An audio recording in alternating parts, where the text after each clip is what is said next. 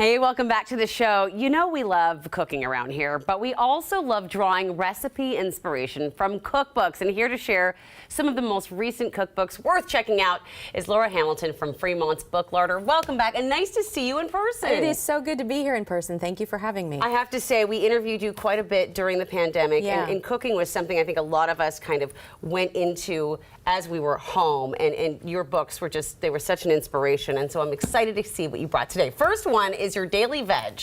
Yeah, so spring in Seattle, it's that time when we start thinking about vegetables, the markets, our gardens, and so I brought a lot of things today that'll really emphasize that. Your Daily Veg is fantastic. It's by a British author, Joe Woodhouse, who's also a photographer, so the photos are beautiful, the recipes are very straightforward and simple. It's organized by vegetables, so it's very easy to use. This is amazing. Yeah, it's really lovely. He's got some really great ideas for asparagus, which is so in season right now. Which we started the show with. Oh yeah, exactly. So we know what's up. Yeah, and he's got some really lovely ideas for sort of warm asparagus with lettuce, which you don't necessarily think of doing.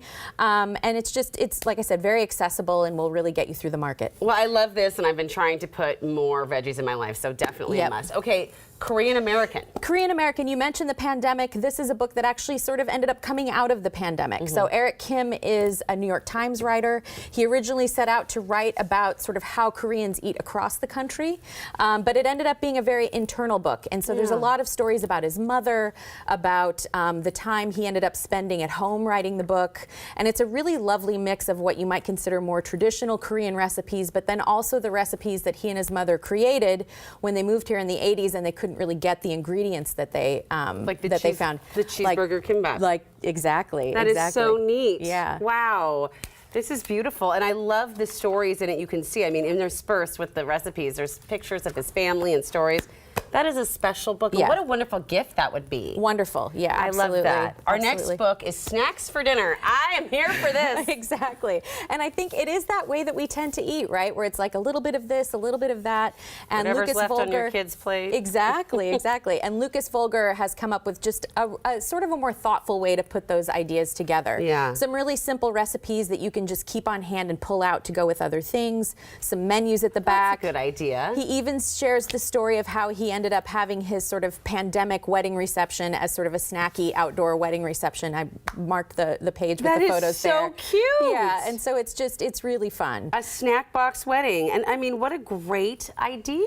Yeah. This is fun. What a treasure that is. All right, next book is Green Fire. This looks kind of serious. Yeah, this is Francis Mallmann. He is an Argentinian chef known for big outdoor cooking projects. And as you can see from the cover, he's sort of come up with a way to do that with vegetables as well. Wow. But the book is very much accessible ways to cook vegetables over fire in lots of different methods. Oh, okay. And so even sort of using your outdoor grill for things like deep frying, which you might not normally think of, using a cast iron pan or a plancha on the grill to cook.